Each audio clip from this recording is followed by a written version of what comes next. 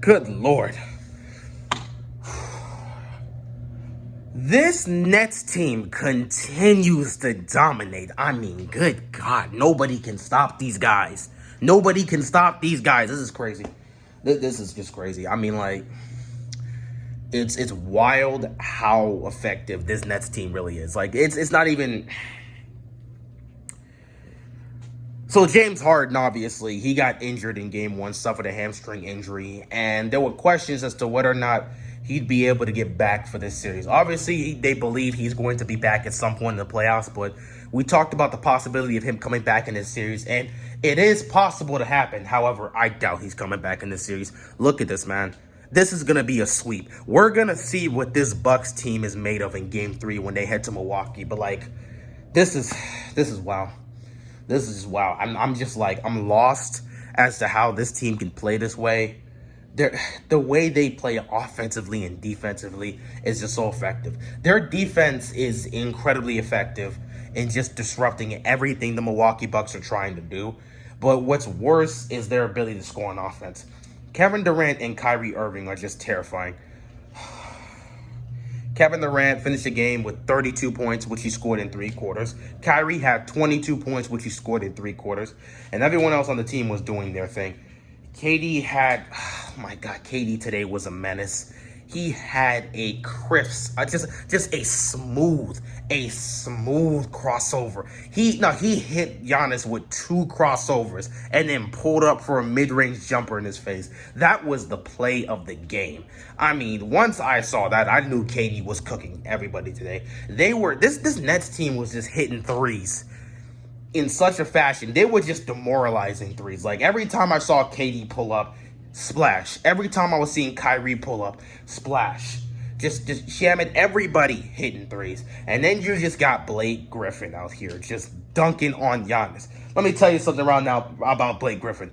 Blake Griffin out here was hustling, over here making dunks, hitting threes. I mean, Blake Griffin looked like the Blake Griffin we saw his first year of Detroit. And I know Detroit fans got to be pissed off at Blake Griffin because this man really convinced them that he was done. He couldn't get up anymore. He couldn't dunk. He had no hops. And yet here he is in the second round of the playoffs with the Nets, and he's dunking on Giannis. Like, what? What? This man really tricked Detroit this bad. They got to be pissed off at that because, like, he really tricked them. There was no reason for him to play like that during the end of his time in Detroit. There was no reason for that. So he really tricked them. And because here he is with the Nets, just dunking and just making plays and moves and just hitting threes. And it's just like, wow. But yeah, this Nets team, man, this Nets team is just, oh my God, this Nets team. The Nets team's unstoppable. They did look unstoppable, man. And Harden's not even playing. I don't see any team in the East stopping them. I think the team that had the best chance, in my opinion, was this Bucks team. And they're getting washed. Harden's not even playing, and they're getting washed. KD and Kyrie are packing these dudes up with ease. Giannis today tried his best, but there was nothing he could do. He led the team of scoring with 18 points. They get 11 rebounds, but it didn't do anything. Wasn't really effective. Middleton had 17 points, and everyone else really didn't do much. There was nothing they can do. They were getting beaten left and right. The defense the Nets were putting out was starting to suffocate them. They really just didn't know what they could do. And offensively, the Nets were just taking over. So there was nothing Milwaukee could do. Because even when they were playing good defense, they just gave the ball to KD and he was pulling up in everybody's face. Not even Giannis could defend them. They had no chance to do anything. There was no way they were going to stop these guys. Because there's no way you can guard KD. And Kyrie's out here making moves left and right. No one can really stay in front of him. He's doing his thing, and then he's knocking down threes. I mean, this is terrifying. The one team I thought that could give them a challenge in the East was the Bucks. But through 2 games, the Bucks look like they're cooked. They're done. They have no chance to win this series, and it seems like it's over. However, we'll see what happens, man. Game 3 is going to define the season for the Bucks. We're about to find out what they're made of. They're going to be at home. Going to have that home court advantage, and we're going to see if they have any fight in them left. Giannis is going to have to set the tone in Game 3 for this Milwaukee's team, but at the same time, you got to expect, both Middleton and Holiday to show up. You know, you want to get some scoring potentially from Portis as well, but you got to get these guys involved. It all starts with Giannis. He's going to have to set the tone in Game 3 if they have any chance to get back in this series. But, man, it really looks like the Nets are going to the finals, and it doesn't seem like anybody's going to stop them. However, you know, when it came to me, I always thought there were two teams that had a chance to, like, seriously compete and potentially beat this team, and that was the Lakers and the Clippers. Now, the Lakers got eliminated by the Suns in round 1. They're done. They, in my opinion, had the best chance to match up against them. I didn't think they were going to completely win, but they could have taken this to 6 or 7 games. Who knows what could have happened.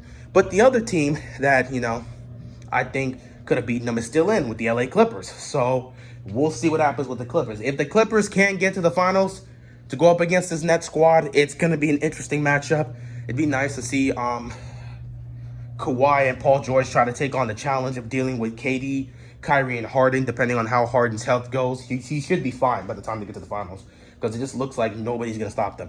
Atlanta or Philadelphia just does not have the facilities to take down this squad. I'm sorry. And with Atlanta, they're a great young team, and they could potentially make the Eastern Conference Finals. But if they do, they're going to get washed. They're going to get absolutely washed by the Nets. Nobody can stop KD. Nobody can stop Kyrie. Nobody can stop Harden on that Hawks team. They're going to get washed. If Philly makes it there, again, it's just going to weigh and depend on the health of Embiid. But even with that, I still don't think they have much of a chance. So if this Milwaukee team can't stop these guys, it's a wrap. I thought this was the best team in the East to try and stop these dudes, and they're getting washed right now. So seems like the Nets, if they continue to play like this and everybody stays healthy, it's a wrap. It's over. They're going to the finals. So in order to have an interesting finals, we better just hope the Clippers can get it done. I mean, I like the Suns, I like Phoenix, and I like Utah, but I don't think they're going to match up well against this Nets team. I think if they get to the finals, they're going to get washed by the Nets. I think the only team left that can really compete with this team in the West, the Clippers. The Clippers have to get to the finals. If you want an interesting finals, you're going to have to get Kawhi versus KD. That's what you're going to need. So now you better just hope the Clippers can get to the finals. But we'll see what happens in the West. Coming up next is Denver versus Phoenix. Game 1 should be interesting. In this series, I definitely got the Phoenix Suns winning. I think they're going to get to the Western Conference Finals. Now, in terms of the Utah Jazz, I didn't think the Clippers were going to make it out of the first round because of how they were struggling with Dallas. But they just overcame an adversity that I didn't think they could be able to overcome. So now it's going to definitely be tougher for the Clippers, but I'm not going to trust them, but like I wouldn't be surprised to see the Clippers somehow break through and make it to the Western Conference Finals. I would love to have the Jazz there just because I want my man Donovan Mitchell to get a chance to go to the finals, but I don't know, man. This Clippers team, they're inconsistent. We can't trust them, but at the end of the day, they just managed to overcome adversity that we never thought this Clippers team could be able to pull off. So we'll see what happens there. But yeah, the Nets dominating.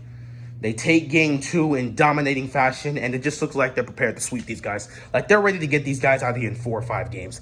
Game 3 is going to define the season for the Bucks. Game 3 is going to define a lot of things, and it's all going to start with Giannis. If Giannis does not set the tone for this team on offense, they ain't got a chance to do anything. So we'll see what happens. But yeah, that's all I got, and I'm out of here, man. Peace.